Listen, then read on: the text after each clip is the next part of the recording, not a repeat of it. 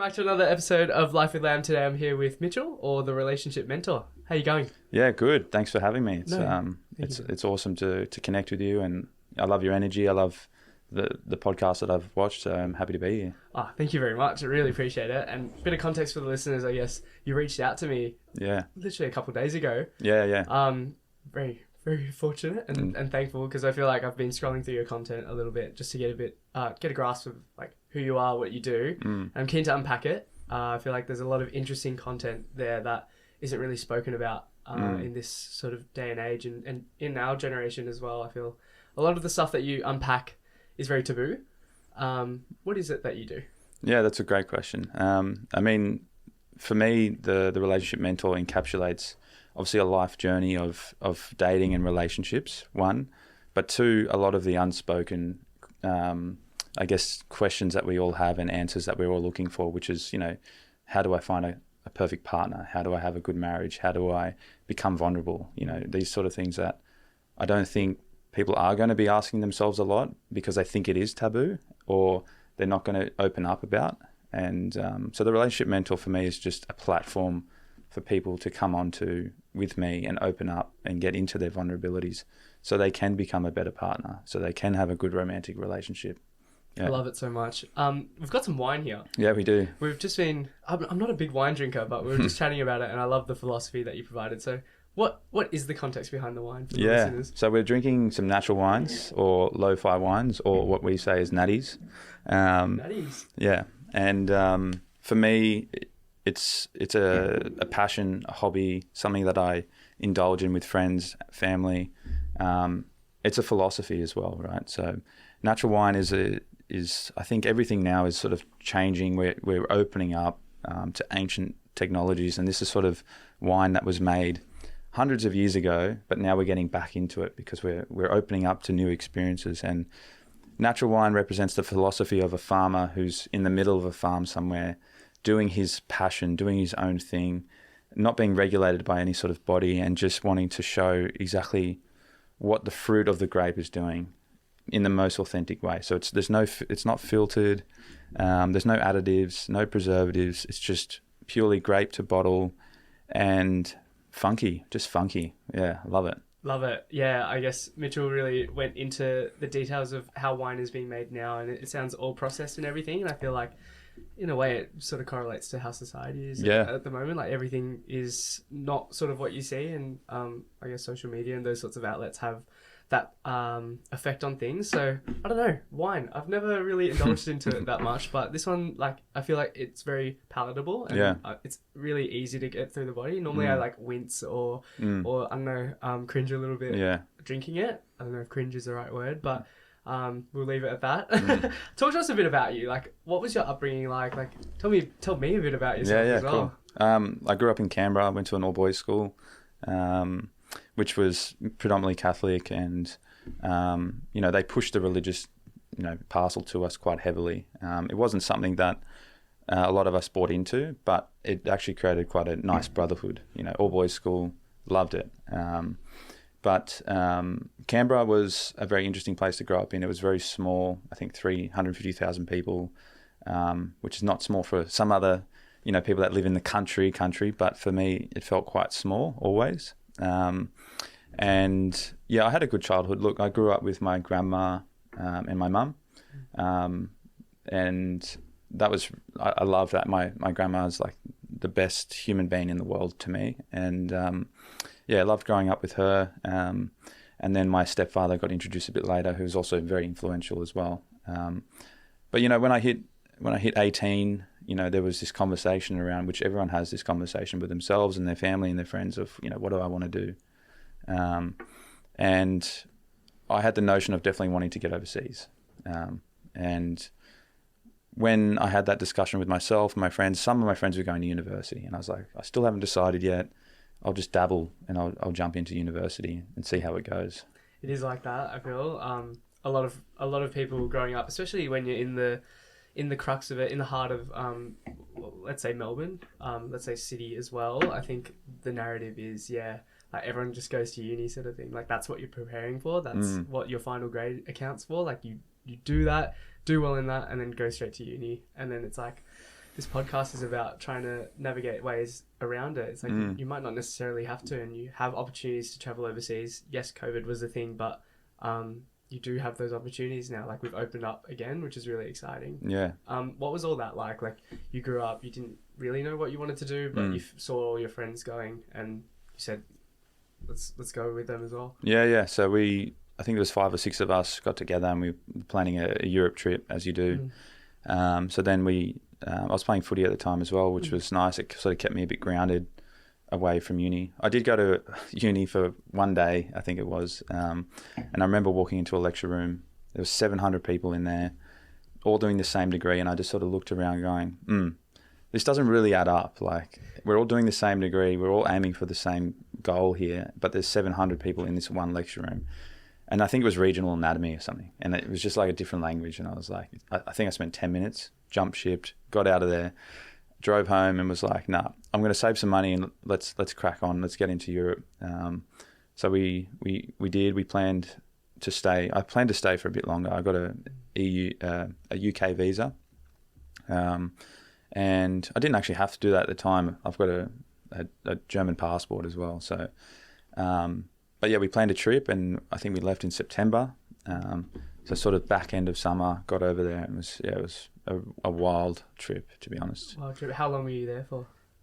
Close to 6 months, I think. Yeah. Yeah, amazing. Yeah. And what was all that like? Like, I guess traveling, everyone talks about it, how beneficial it is for the body and for the mind as well. Yeah, like, yeah. Talk to us a bit about it. I mean, 5 mates heading overseas, it's just like, you're just so excited. And yeah, I remember firstly getting on the plane, as Aussie as you do, you know, you just want to drink. You get on the plane, you're like, let's drink, let's go. So that was kind of the mentality starting off with. And I do remember they cut us off on that plane, which was quite hilarious. Yeah, we landed in London, I think. And yeah, the trip took off. We had a few days before we started a top deck tour, which was a 30-day top deck tour. And that was still a very defining trip for me. I loved the top deck tour. There was 5 of us. So we kind of controlled the group a bit because, you know, we was the largest group on the bus. A lot of couples, which I wasn't expecting. But we had a lot of fun on that trip. And that then there was a defining moment, I guess, of where we came to a crossroad at the end of the trip, which was the bus either goes back to London to finish the trip for the top deck, or you stay in Amsterdam. And I decided with a friend, you know, 4 or 5 days beforehand, that we were going to stay in Amsterdam. And then it got to the day, and then, you know, some of my mates got attracted to a few of the female occupants that were on the top deck, and they kind of wanted to bridge across back to London with them. And we were like, hey boys, you know, we decided that we're going to stay in Amsterdam. They're like, no, we're going. I was like, all right. So me and my other friend just stayed in Amsterdam. The others went off, and we kind of were a bit pissed off with each other. So it had to happen sometime, right? Yeah. Like 30 days together, just going for it. No, day after day together. Yeah. Bound to happen, but yeah. What happened after? The funny story is, I'll cut it a bit shorter, but we ended up running into them in Ireland. And what happened was me and my friend were like, let's actually go to Paris. Let's see, want to check out Paris. We didn't spend much time there. So we got on one of those, I think it's called Euro buses. I can't remember what the Flixbus. It's like a Euro you get on. I think the trip was like 16 hours, right? It's not for a Euro. Yeah. It's instead of the train, right? You save a bit of money. Yeah. And so we're sitting on this bus, and we get to this like town outside of Paris, and we're like, is this stopping in Paris? Like, I hope so. And this is still one of the craziest nights I've had in my life. And we were like, no, I think it's going to Paris, me and my friend. So we're like, all right, we stayed on the bus. Didn't even get to Paris. It started like going up towards like the north of France. And we're like, why the fuck are we going to the north of France? And then we realized that this bus was going over to England. And this is like 2 days after that we left the other boys, and we were like pissed off at them. And we're like, you're kidding. We're not going to be back in England. And there was no other stops. It was like, and then we realized it was going to England. So we're like, oh shit. And then, we're on the bus, like thinking, fuck, where are we going to stay? Like, what are we going to do? And I think there was something on. It was like a Saturday night. So it was very hard to get a hostel that we wanted to. So we called up a buddy, and we messaged him, and he was actually working in like a coastal town I think it was Sussex or Essex or something. I can't remember. Or Eastbourne, I think it was. And he's like, yeah, like I'm working at the school down here. You can come and stay with me. You just have to when you get into London, you have to get this train and I'll pick you up from the station. We're like, sweet, sounds good. Got to London. It was like 10 o'clock at night. There was only one train left going. It was like a 2-hour train. Got on the train, had to jump the fence because it was like 70 pounds. And we didn't have, I don't know, something was going wrong with my card at the time. It was like a travel card and sometimes they get cut off. Yeah. So I was like, fuck, we got to jump the fence here. So we jumped the fence, got onto this last train, sat on there, got to Eastbourne. It was like 1 a.m. or something. And we're sitting at the train station waiting for old mate. Nothing. Gets to like 2:30. We're like, this is not on. Oh, no. And then we see this nightclub sort of closing and people like scattering out. We're like, should we just ask someone what's going on? Go up to someone and say, hey, look, we're stuck. You know, do you know if there's anywhere we can stay? And this old mate, I don't know what he's like. He was like 40. He's like, you can come stay with me. And we're like, oh yeah, sounds good. Go to this. I don't know if anyone's seen Skins. There's this character in Skins called Old Mad Twatter, like identical. And yeah, identical. And we go into his house and he sits down and he puts on MTV and he's got like Justin Bieber playing or some concert. And I was like, what the hell? And he's like, you want a beer, boys? I'm like, yeah, we'll have a beer. And then he was so passive aggressive. It was the weirdest thing ever. He was like, yeah, really friendly. And then he's like, all of a sudden switches and is like, look, if you touch anything, I'll kill you. What? Yeah. And we're like, oh my God. We're like, what? He's like, yeah, but no, have a good time. Like if you want another beer or whatever. Oh yeah. my Lord. Yeah. He's like, by the way, you know, I used to box and, you know, if you do anything, I've got some friends that can come over and, you know, we can sort you out. And I was like, okay. What a whirlwind of emotions. Yeah. Like this is such a long trip. Like this is like 38 hours. Like we thought we were just going to Paris, right? Yeah. Sitting in this guy's living room, like thinking, fuck, this guy's a bit like crazy. Like, I don't know what we're going to do here. So I was afraid to like go to bed. And he's like, no, like you guys can stay. It's all good. Like just if you do touch anything, I'll kill you. And we're like, okay. Anyway, I remember going to sleep next to my mate and me and my mate just rolled over next to each other and just said, look, if you don't wake up, it's all good. Like we've had a crack, you know, we've had a good time. So yeah, cool. Anyway, I wake up and my friend's not in next to me and I'm like, shit, where is he? So I start like going around the house and my mate's so stupid. He finds this like lolly jar and starts eating this guy's lollies. And I was like, no, mate, come on. We need to get out of here. Yeah, we were terrified. Anyway, we got out. This is, by the way, we don't have an iPhone. We have an iPod. You know, there's no phones, right? We have an iPod. There's no cellular, anything like that, Wi-Fi, nothing. So we go to like an internet cafe. Like it sounds like I'm talking in the 70s here, but like it sounds like a big throwback. Yeah. Like, oh, what, you can't connect to a hotspot or something? Yeah, no, none of that, right? So we get on Facebook and we're like, where's our mate that was meant to meet us at the train station? Turns out he got absolutely blind at this club that we saw, lost his phone in there, passed out somewhere, had to go to school early the next day. And we're like, oh, well, it's a small town. Let's find the school at least. So we start walking around, going through classrooms to find him. We find him teaching like some, I don't know, sports class.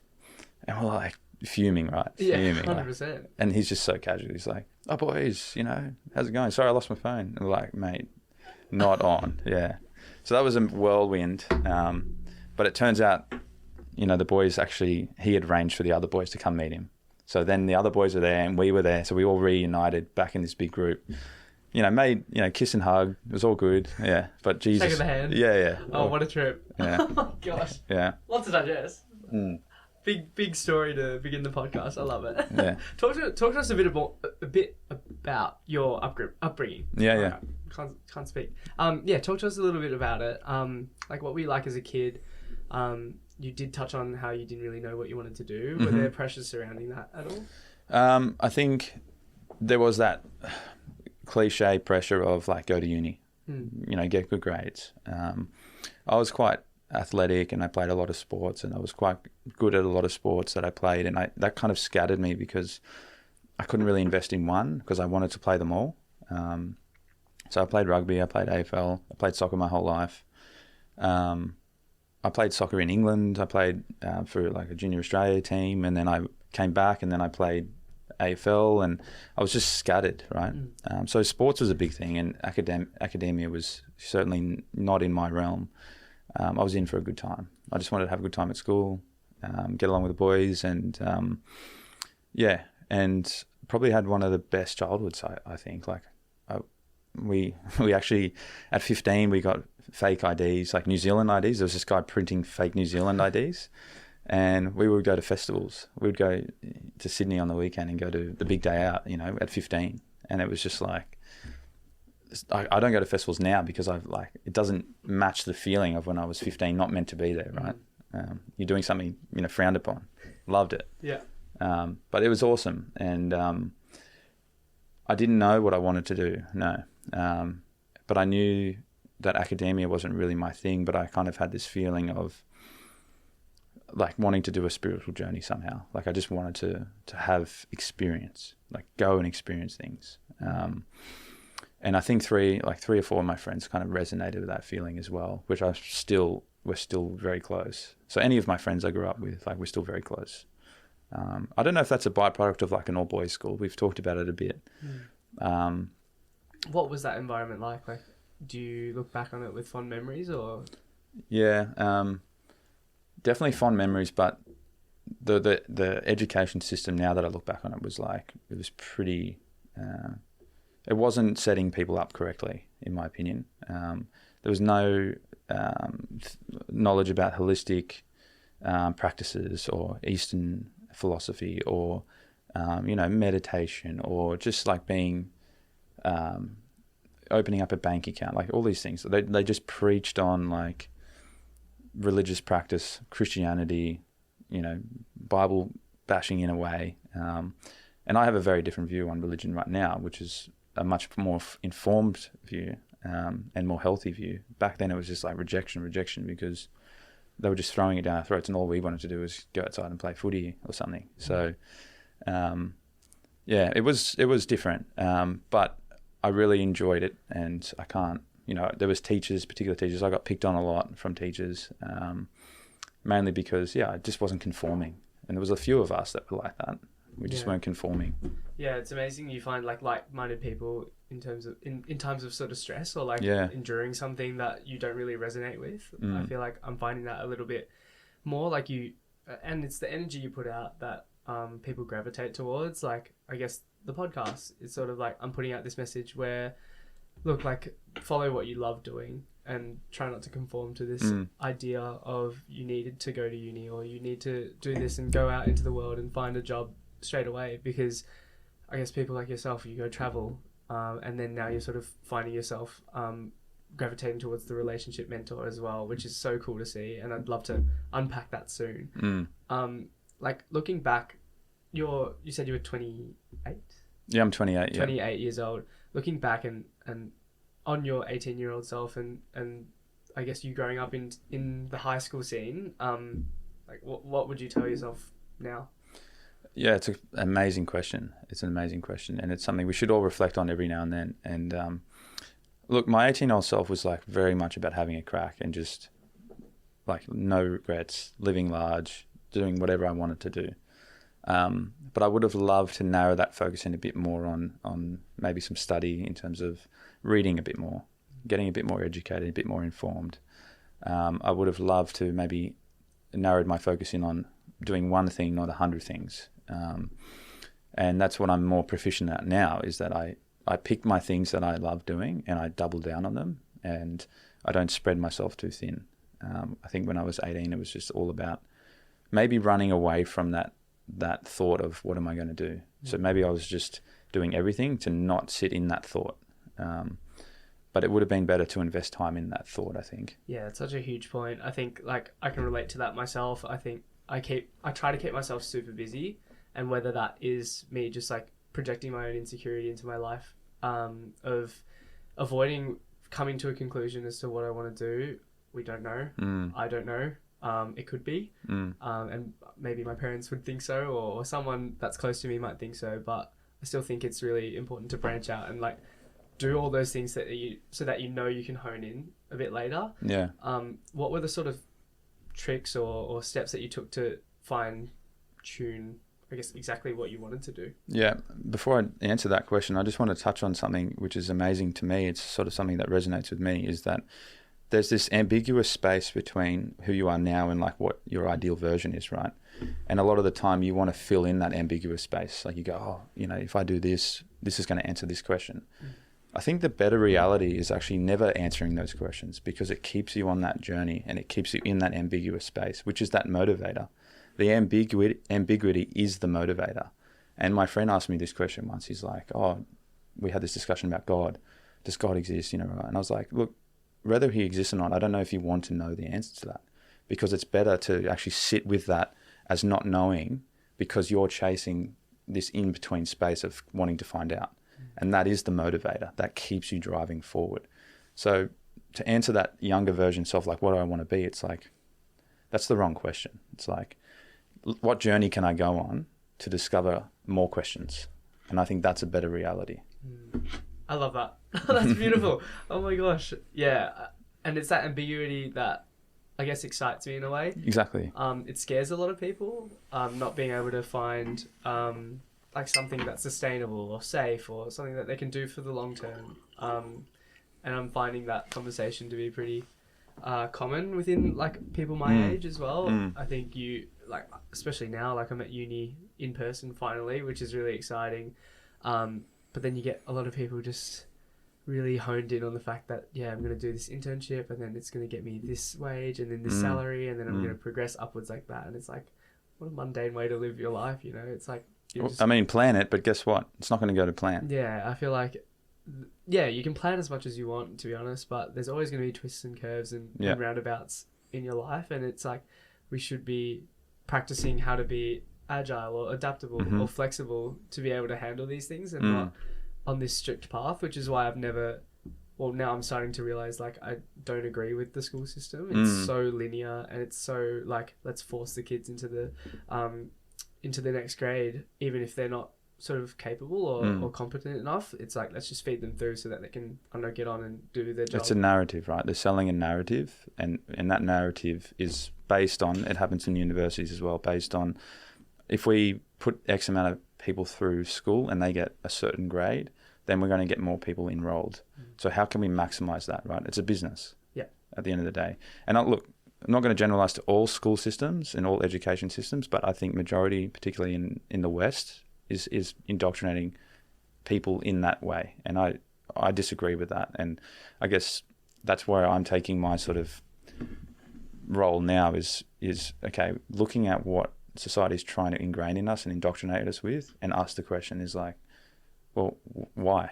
What's going on here? Like, there's actually better questions. There's better versions of ourselves to be found in not answering these certain questions. And I'm not a fan, as you said, of that, the way kids are being educated. So, and at what point does the unknown become too unknown, and like where you start living this direction, this lifestyle? Yeah, it's a good question. There's a theme in philosophy, there's a theme in psychology between order and chaos, right?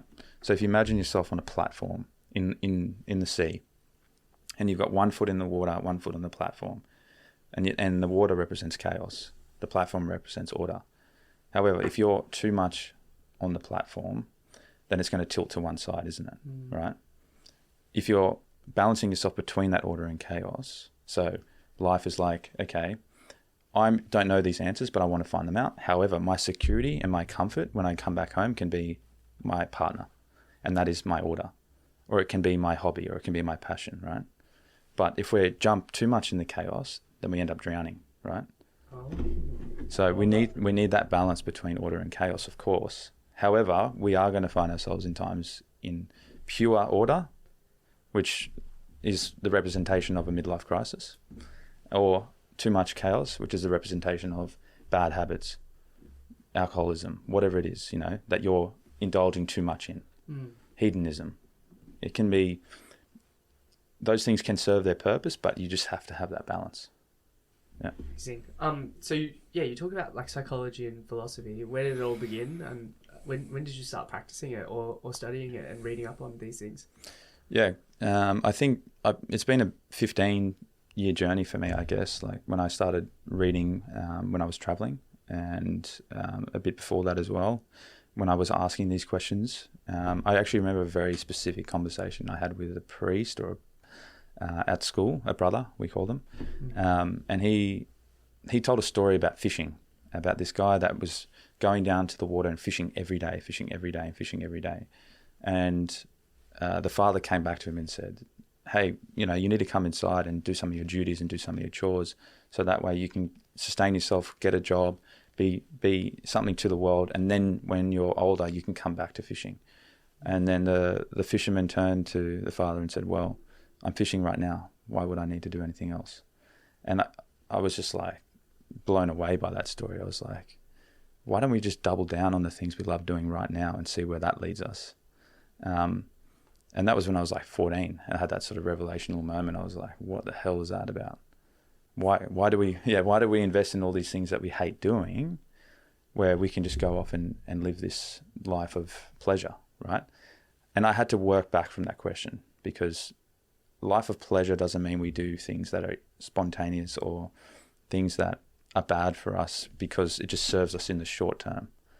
I then learnt through philosophy, through the questions, that it was more about actually figuring out who my future self is and doing what I can in the present moment to service that future self, rather than short-term gain, short-term pleasure. Because short-term pleasure and short-term hedonism only leads us down a pathway that's for tomorrow or for 48 hours from now. What is hedonism? So hedonism is basically just indulging in all things pleasurable, sex, alcohol, drugs, whatever it might be. Very hedonistic, right? So you can have, don't get me wrong, particularly in my relationship practice, hedonism plays a role, because we all have sexual fantasies. But if we become too much in the hedonism, then life outside of that, we detach from what is actually serving our future self. And it's about finding that balance, I guess. Yeah. Like, how far can you go astray where it becomes hedonism, and how far the other way can you go where it becomes like too much order, like you were saying before. Exactly. It's really interesting balance, and I'd love if someone could answer that question, I guess. Like, we never know. Yeah, I mean, it's about feeling uncomfortable, but feeling comfortable enough that you can sit in that and rationalize it, right? You don't want to feel so uncomfortable that you become overwhelmed and make drastic decisions that you don't know how to inform yourself and inform your future self. Because in psychology and philosophy, we always talk about servicing the future self. And that's that self that you imagine to be in 10, 15 years, not tomorrow, because that's not a long-term game, right? We're playing the long-term game. We're here, we're in it. It's all in, you're all in. And if you're going to be all in, well, you better be all in for your future self, not for the immediate self, because you're shortening that lifespan. So yeah, we're all in. So we better play the game right. Yeah, love it. And in terms of like the educational side of things, like, did you go to uni to study psychology and philosophy, or yes, what was that all like?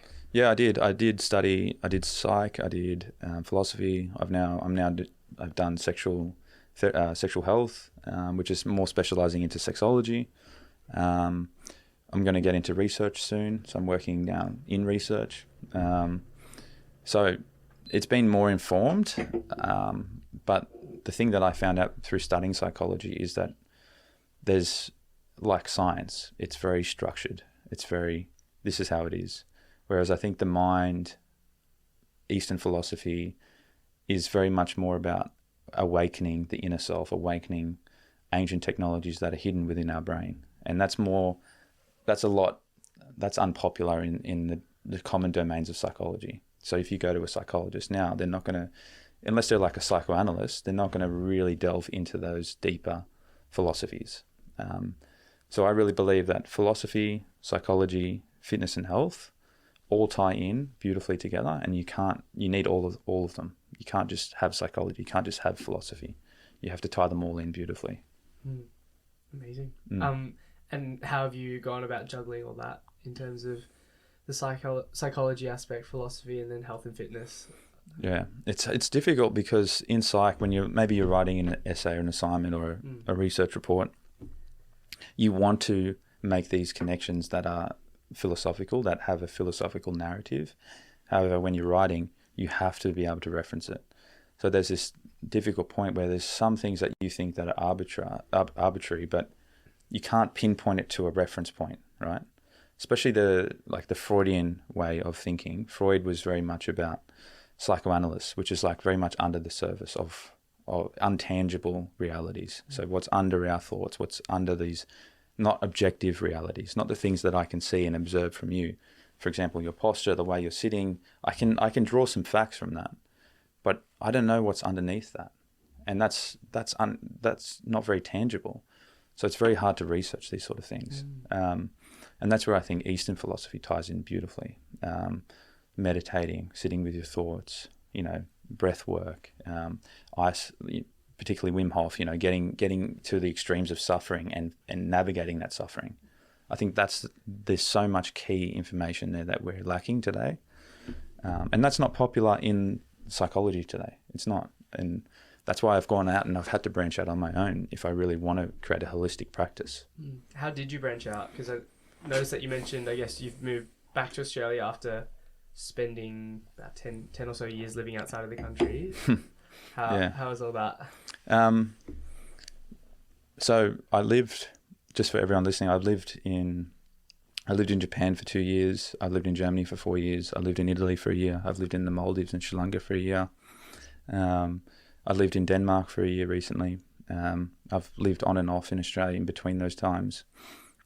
And what's really interesting about all of those things is each country, each place I visit and live in has an underlying belief system that has continuity between the countries. And that's suffering, right? However, in Australia, we don't have that suffering. And that's my estimation of, I believe that we're in a bit of an identity crisis in Australia, is that particularly through Europe, they've had so much suffering in their history that it's really made them sit in that suffering and define who they are as individuals. So when you go there, you can really sense a continuity there, and it's quite calming, actually. Whereas in Australia, I just seeing just like a mixed bag of things everywhere. Like there's just this uncomfortableness in Australia that I can't sit with because I don't feel like we're in a belief system. We're not ingrained in that and sitting in that.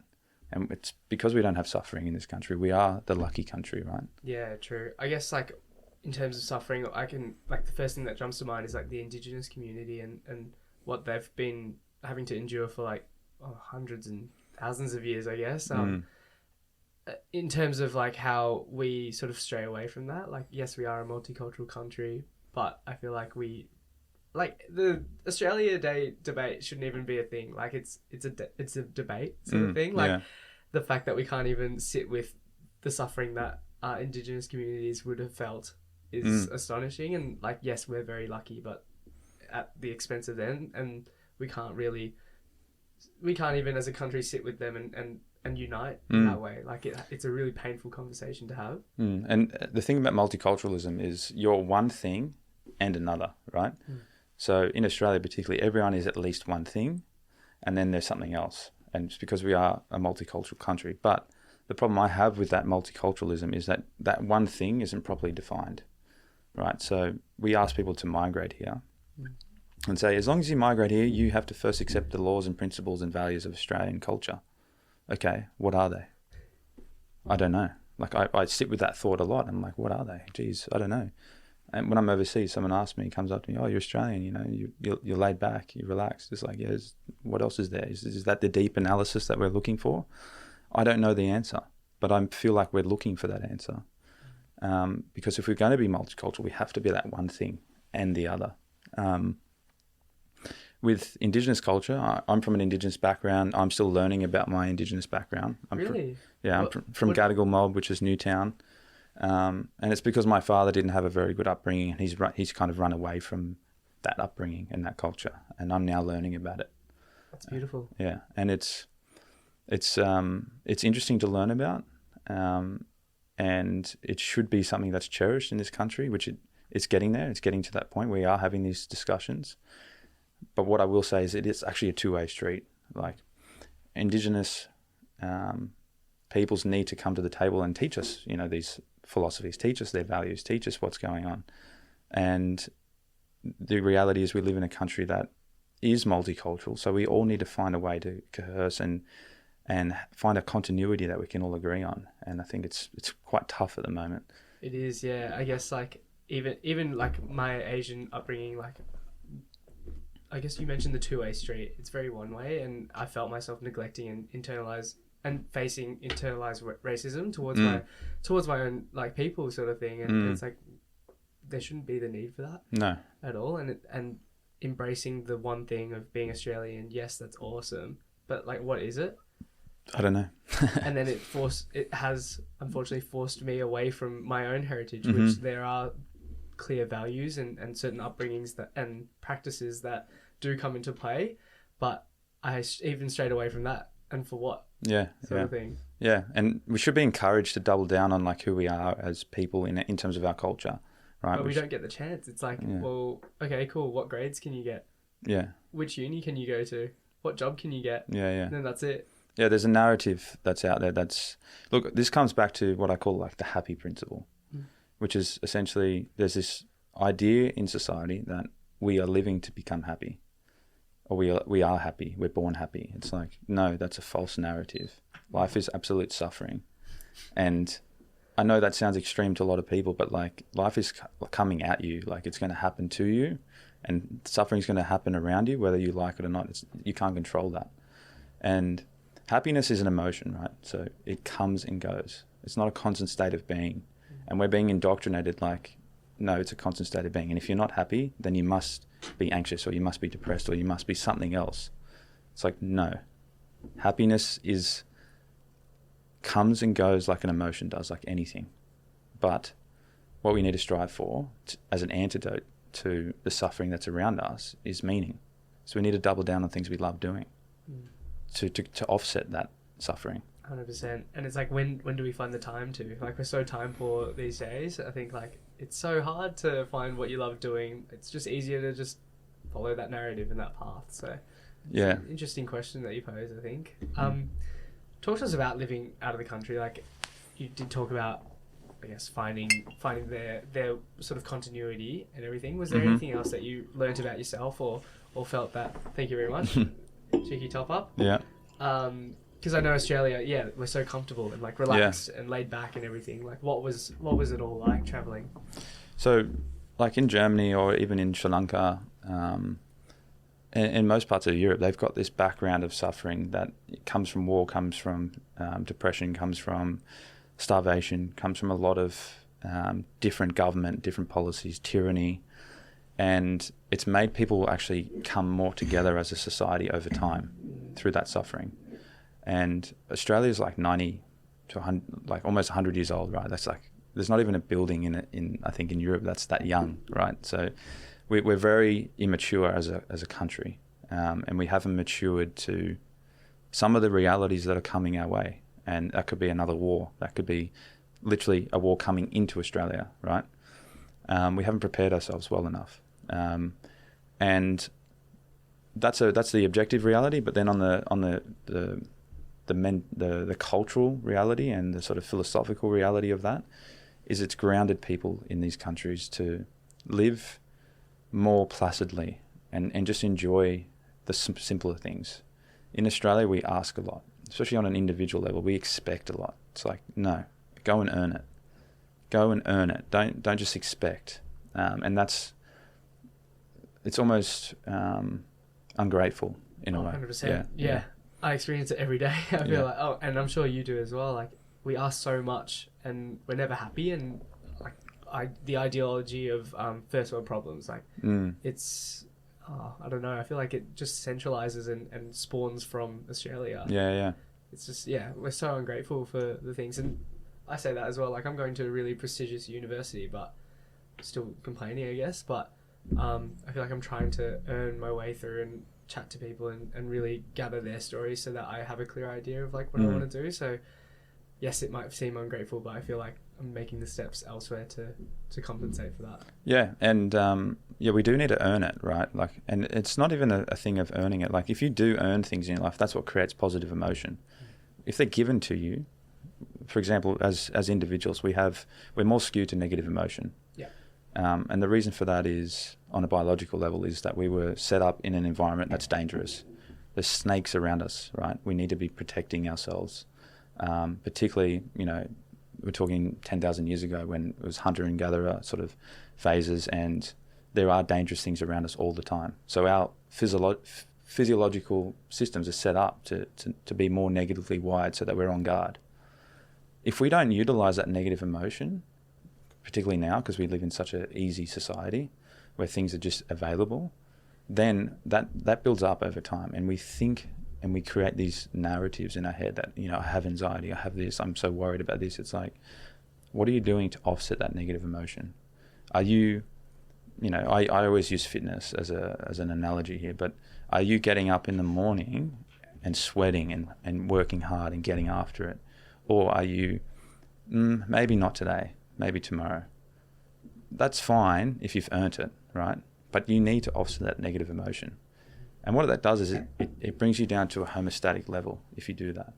If you're operating at homeostasis, you're more balanced. You make more clearer decisions. So we need to offset that negative emotion somehow. It might be just doing something difficult. It might be doing something like making a bed in the morning. It might be like making breakfast for the family in the morning. Like just doing something that you're uncomfortable with will offset that negative emotion. So go and do it. Just think of one thing each day that is difficult and go and do it. Yeah. And that helps us become a bit less ungrateful, I think. Yeah. Doing something difficult. Yeah. Yeah, perfect. That's amazing. And then where did the relationship coaching start, I guess? Like, what inspired this? And it's such a niche topic, and I think, you mentioned at the start of the podcast, it's so taboo and people don't really talk about it. I'm in a pretty healthy relationship, I would say myself, and feel that the communication in there is really awesome. But what are the sort of things that you saw that really triggered or sparked the, I guess, the innovation to be a relationship mentor? Yeah, cool. I saw a dating pandemic happening probably 5-6 years ago. And what I mean by that is I saw, the divorce rates are at 60%. A lot of my friends that I look at, their parents are divorced. I look at relationships around us that are unhealthy. People are cheating on each other all the time, not communicating. Look, this happens cross-culturally, so it doesn't just happen in Australia. I think, it is quite similar across the board in terms of Europe and America. And I just generally see people that are unhappy in relationships and not being able to navigate it. And I don't blame people for that, because it's not like you're giving a guidebook, like, here you go, this is how you become a good partner. It's like there is no guidebook out there. And that's what really resonated with me. It was like, shit, like, how do I be a good partner? Like, what is a good partner? Who's good for me? Like, am I good for them? It's just we're not having these discussions. And I really saw that I could tie philosophy, psychology into that discussion. 100%. And where do you hope to take it? And like, what does the practice sort of entail? I mean, like we're doing here, and like I do with anything I do, I come from a place of humility, right? So I'm learning. I don't know the answers, right? So what I want to do is I want to figure it out. So having discussions like we're having, speaking with my clients, it's not about me giving them answers. It's actually about me working with them as almost like a personal trainer does in the gym. It's like, these are the movements. Can we incorporate them? Let's see how that happens, and let's iterate from there. And at the same time, I'm taking notes, right? So I don't know the answers, but some of the things that I've become aware of, I guess, which I've invested more time in than most, is communication and telling the truth. Those things, hand in hand, will save anyone's relationship. And if we're not instilling them in our relationships, then you've probably buried a lot of snakes under the rug, and that's uncomfortable. But we need to get into those conversations. 100%. And how does it relate to sort of our society at the moment? I feel like, every friend that I have, like, it's all lovely and well that you're in a relationship and everything, but I feel like no one really talks about it. You're sort of like, oh, you guys are cute. That's it. And then it's like, that's it. Yeah, there's a few things here. So men in Australia that I see, like with my own friends and other people's friends, it's always like this, like, oh mate, you'll be right. It's all good. You know, if you're vulnerable, right? Let's say you're messaging someone for a few months and you've seen each other a few times and it's going pretty well, and then suddenly you just get ghosted. Like, who are you talking to about that? Like, are you going to one of your mates like, oh, you know, she ghosted me, he ghosted me. Oh mate, you'd be right. And it's like, no, like, let's talk about it. Let's actually get into it. And I don't think we're doing that for each other, to be honest. So I really want to promote people to have these vulnerable conversations with the people that love them. And because sometimes, a lot of the time, people aren't actually getting that. They're not getting that at all from their friends and family. And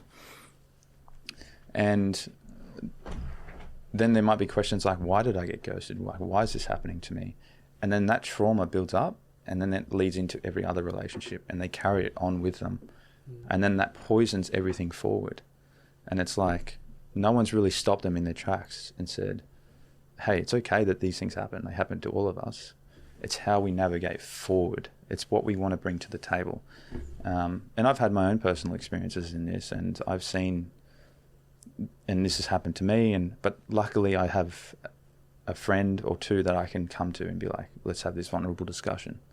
How do you find those friends, and like, how do you navigate those conversations with one another in terms of like, if something like that happens to you, what's the go? And yeah, what do you prefer in your situations when, yeah, you might be ghosted or something, and then you approach a mate? Like, what would you like them to do for yourself? Yeah, it's a great question. Look, I think it's not about analysing whether or not someone else did something to you. That's never going to change. You can never influence someone's behaviour and how they react or respond or do something that seems irrational. There's no explanation for it. You're looking for the answers. Like, that's not healthy. What's healthy is like, how can I move forward from here? Okay, maybe I need to invest in myself. Let me look within of how I can utilize this as motivation to move forward. Don't worry about what that person did to you or how do I get revenge or whatever it is. It's like, no. What's more healthy? How do I utilize that to become more positive in the future to my next relationship? And not bring that trauma across. And not expect that, oh, you know, I'm messaging this person, they're probably just going to ghost me. It's like, you're set up for failure. You're setting yourself up for failure. Like, have faith in the idea that there is someone out there for you. Have faith in that and believe in that. But the only way that's going to manifest is if you invest in yourself. And the key example for that is, someone might have asked you this. I've been asked this question a lot. Oh, what's the perfect partner for you? It's like, I hate that question. I absolutely hate that question. It's hard. Yeah, like there's like no right answer, I guess. Or like it's also a selfish question, right? Because it's like, oh, well, I want this, I want that, I want that. It's like, okay, but the reality is you're probably not going to get any of those things, right? But what you can do, and instead of answering that question, is like, well, I don't know what the best partner is for me, but I know how to be the best partner to someone else because I'm going to invest in that. How do I be the best partner? Well, compassionate, loving, caring, honest, be authentic, tell the truth, communicate. I'm going to embody that in my life, and that's going to manifest the best relationship I can have. And that's what I really like, key advice there. Love it. And I love how you flick the switch to yourself, because it's always like, what can you control and what can't you control? You can't control what someone else does to you, and you shouldn't really be looking in that essence as well. It's like, what actions have I taken to lead up to this moment, I guess? Like, have I said something wrong which has led to them ghosting me? Or but sometimes it does come out of the blue, and that's something that you can't really control as well. So it's like, I love the message of looking within yourself and how do you move forward from it? Yeah, and don't poison that with like, oh, I've done something, like you might have done something wrong, right? And you can have that self-reflection, but don't think badly on yourself like, oh, I'm just, you know, I'm a loser, like no one wants to, you know, go, fuck it, you know, how can I use this motivation from this person treating me the way I did and feed that into a positive relationship, or feed that into myself so that way I can invest more into myself through that fuel. You know, it's all fuel. We're collecting fuel all the time. through suffering, through trauma, through different life events. That is all fuel. And we have two options. We can either grab that and utilize it as fuel for positive, or cast a negative net on the world and play the victim, right? We know those people, right, that play the victim. Oh, you probably don't like me. You probably, they put all this self-blame. Oh, it's probably not going to work out. Or I'm probably not good enough. It's like, wake up. You're good enough. Invest in yourself. Use it as motivation, and you'll manifest the positive relationship you're looking for. What do you think of like labeling on relationships and those sorts of things? I guess like for some context, it's like, oh, you might be seeing someone for, I don't know, 3 or 4 months, and then you decide to become explicit, but you're not like dating. And then it's like Is this a situationship? Situationship. Yeah. What's your opinion on that? Jesus, it's so non-committed and such. I'm going to say it's bullshit. Situationship is bullshit. That's two individuals that refuse to communicate exactly what they're looking for, and they like each other, but they don't really want to like become vulnerable with each other because they don't want to label it. And I find that absolute bullshit. Like, if you're in a situationship, it means that you're refusing to communicate with each other authentically. As simple as that. I mean, how can it not be? If you're doing something casual and you're communicating, hey, let's have something casual, which I'm not fully a fan of, but at least it's communicated. At least you know where you stand with someone, right? And we're social beings. We need to know where we stand with people. And if you're in a situationship, it just means either both of you or one of you is not communicating authentically. And my advice for situationships is to sit down and go, what do I want out of this person? What are they getting out of me? Do I enjoy this relationship? Is this someone I could probably date? If the answer is no, then I would say, okay, I'm going to keep it casual. Hey, this is just a casual thing, and have the conversation. If you want a relationship, then bloody ask for it. Ask for the relationship. If that person's scared of commitment, you have to let them go. Because if you want commitment, you got to ask for it. It's as simple as that. And it's this, I guess, the fear of asking for it as well. Like, we never want to invest or take that difficult step to finding what we love, and then we just sort of like, we're playing the waiting game as well. Yeah. What's some advice that you would give to people who are maybe struggling to communicate their feelings? Like, they really want it, but aren't sure like what tools they can use to sort of spark that conversation? Yeah, it's a great question. I know it's hard for people to actually communicate in an emotional setting, in an emotional way, from that fear of loss. Like, if I tell someone this, they're going to run from that. You just have to ask yourself, what's worse? You being in something for 3 or 4 years without any label on it, and then suddenly they found someone else, and then you have to live with this grief of like 3 or 4 years of a relationship that you were too afraid to ask the question. Or you're 6 months into it, you ask the question, and it's literally going to manifest 2 options. It's going to manifest, yes, they're committed and we're going to do this, or no, I'm afraid I'm going to run away. What's better for you? Obviously, that's a hard reality to face, but telling the truth is, I promise you, is going to be the adventure of your life. Because if you tell the truth, it's so scary where that can lead you, but it's so exciting at the same time. Because maybe from that experience, okay, I've asked this person, hey, look, we've been seeing each other for 6 months now. I'm really loving what's happening, but I would really want some commitment. I'd rather us be dating. I think it's better for me because that's what I feel like I need. I don't know how you feel about that. And have the conversation. And if this person's afraid of that conversation, then you have to ask, are they for you? Are they ready?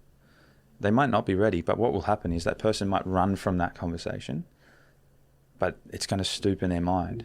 And if they come back to the table, then then it's worth committing to then, right? 100%, because they've gone and actually like had to think about it. Yeah.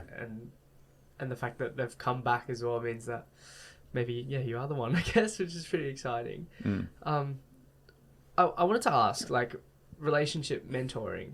There's a bit of a ring to it, and I'm sure some of the listeners maybe my age as well. Sure. Like, relationship mentoring.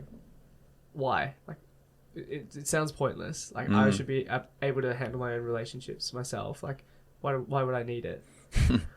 What's the thought process behind that one? Yeah, look, I'm single, and a lot of my friends are single. There's a lot of people that are single. There's a lot of people that have had relationships that are traumatized, that are searching for those answers of like who the right person is. And the reason I've sort of started this is because we're not having these discussions face to face about how we be authentic in relationships, how we communicate. You might think you're the best at communicating, and then suddenly you're single and going, what happened, right? And you might have a perception of the reality around you, but we all need to approach this with humility. We don't know what's right for us a lot of the time. We need someone else. And this is why I'm a big believer in commitment in a relationship, and particularly marriage. Like marriage, you can't navigate it on your own. And this is how I'll draw this up, is you're two individuals in the world moving forward. And then you meet someone, and then it's about entangling your lives together as individuals. But a lot of the time people still want to be an individual inside of a relationship. However, it's a collective. You're not an individual anymore. You're a collective. But people don't make that mental shift to become a collective. They still want to operate as an individual in the world. Why would I give up this? Why would I give my time up for this? It's like, hey buddy, you're in this with someone else. You're a collective. You're no longer an individual. And the best way to draw up for me is the ideal in a relationship of what you're aiming for is this meta personality, which is this ideal creation that you two have created together through both of your personalities that create a meta personality that regulate the relationship, right? And that meta personality keeps you both intact as couples, as partners. And that meta personality represents the best version of you and the best version of your partner. And that sometimes you might have to play the best version of your partner to the other person. So let's say you're very good at, saving money, but suddenly you get an obsession over shoes and you just start spending money crazy. The meta personality starts to play a role where your partner goes in, hold on a minute, like, Jaden, you were very good at saving money. Now you're just spending money like crazy. Like, what's going on? It slows you down, right? He goes, wake up. Yeah. That's the meta personality helping the relationship stay intact. But it's only because you've become a collective. And you need to make that shift in your own mind. Hey, I'm dating this other person. I'm no longer an individual. I'm a collective. I've got to be vulnerable. I've got to put it all on the table. I'm all in. Simple as that. Do you believe that people can navigate an individualistic personality outside of a marriage? Or do you feel like once you're in it, you're in it? I think you become a better version of yourself, of the individual, when you decide to become a collective, because that person will awaken in you things that are maybe you haven't awoken in yourself, and you actually become the best version of yourself. But the only way you can do that is by really making that shift over as a collective. Like I'm willing to accept that, okay, yep, I still have all these things I love doing. And this, I talk about this with my clients about red flags, for example. So yeah, if you love going to the beach and your partner doesn't like going to the beach, that's not a red flag. That partner needs to go, hey, I love that you love going to the beach and I want that for you. So go down to the beach today. I want you to go there. I'm going to sit here and read my book. And they motivate you to do the things you love. They don't hold you back from it because they don't like doing it. And that causes resent, right? So to answer the question, yes, you can still be an individual, but your partner needs to inspire that in you, right? They need to inspire what makes you the individual, but as a collective. What constitutes a red flag then, in your opinion? I mean, this is something I'm still learning about, and I'm still trying to answer myself. And the way that I draw this up is, let's say you have an avid Trump supporter, right? Versus someone who despises Trump. My belief system and what I'm trying to instill is that those people can still have a loving marriage. Really? Yeah, I believe that, because one, I think your political identity is not your identity. That's actually very true. Right? Yeah. And when it becomes your identity, then I think there's probably a red flag. There's a red flag. Hey. Yeah. So there's the red flag. But I really think the differences we find in each other can really be inspiring to make us, because it's about novelty. So when you first meet someone, you have two emotions. You have stress and you have like this white excitement. Like, I've met someone, this is really going well. And then when you get through the relationship a little bit more, that stress goes away because you're now in a safety net with that person. But you need to now then recreate that stress in the relationship, because that's what brings novelty, right? And novelty is what's attractive and keeps you excited and keeps that spark going, right? And when it becomes quite flat and boring, it's because you're just so safe in the relationship. There's no stress in it. So the stress can come in those differences, right? Oh shit, you know, Jade wants to go to the footy again tonight. Like, he didn't come back till midnight the other night, blah, blah, blah. Like, I don't know about this. It's like, no, go to the footy, have fun with your friends. I'm going to have a night in. I love that about you. I love that you love those things. Go and do it. Inspire each other to go and do those things. Don't hold each other back from them. Yeah. In a way that sort of like, I guess, fine-tunes and almost encourages like opposites attract. Yeah. As well, because I guess you learn completely different things off each other. Yeah. As well. Like, what's your thoughts on that? I mean, dating market right now is like we're creating a narrative. So we're sitting here, we're swiping on the apps, and we've got this narrative of who we want to find. I'm looking for this, I'm looking for that, I'm looking for that. And then we've got this narrative, and we try and match that narrative on the person we're trying to fall in love with or to try and meet and go on a date with. Let's say we get on that date. They've matched the narrative as far as the app is telling us. God, yeah. I can't say enough. Yeah. And then you get on the date, and then they say something like, you know, maybe they listen to a Joe Rogan podcast, and the other person might be very opposed to Joe Rogan. That person's like, holy shit, I've got to run away from this. It didn't match the narrative. It's like, please. If you have that mentality in your dating life, you're going to be dating forever and ever and not finding that narrative. And it's a false narrative. It's like reading a book, right? You approach the book with an idea of what you want that book to give you. You don't approach it with neutrality. It's so rare that we approach things with neutrality. We need to go into something with humility and going, I'm going to learn from this. Okay, yeah, there's some differences here, but isn't that exciting? Isn't that what keeps you in the hunt? Like, you quite excited in someone. So I really think the differences, you know, opposites can definitely attract. Not saying that, you know, two people with the same set of values and they love everything, and, you know, it's not, can't work, but it's like they just have to create novelty in their lives somehow. And I think naturally opposites attract because there is novelty. Wow. Yeah. It's been a very long-winded podcast. I love it. Amazing. Before we wrap up, what would you like to end on? So I've got an analogy or sort of a hypothetical that I love to ask clients, everyone, my friends, and it's a really fun sort of game that we can play here. So if you've just met someone and you're dating for 2 or 3 months, and they've invited you over for dinner to meet the family, right? Classic. Yeah. It's an exciting time. It's fun. You're nervous. It's great, you know. And you got those butterflies. But you get to the dinner. The parents cook. Let's say the dad or the mum has cooked. You've had dinner. The discussion's gone really well. Everything's gone really well. And then the father or the mother, whoever cooked, leans over to you and goes, you know, how was the food? Like, how was everything? What is your answer? And let's hypothetically say that you found it terrible, absolutely disgusting, right? And like, let's take something like objective, like a steak, right? Everyone should agree with this. If they don't, I'm questioning them a bit. But a steak, it should never be well done, right? No, chewy steak, you can't do that. Yeah. But let's say that's the objective fact. Okay. What do you do? What do you answer? Oh, that is so rough. I think like I'd be lying if I said I'd tell the truth. Yeah. And say that it was a bit mid or average. Yeah. I just think that's not me. But then I don't want to say that as well because I feel that I'm very honest with. Yeah. Ooh, interesting. Can I flip the switch? What's your answer, or what do you give? So what I'm advocating for as a philosophy is to tell the truth insofar as you know it to be the truth, and assume that manifests the best possible outcome. That's true. So I'm going to tell the truth, and I'm going to say, in a not in like a deceiving way or anything. I'm going to be like, look, I had a lovely time. Everything was really good. I just, you know, usually I don't eat steak that's well done.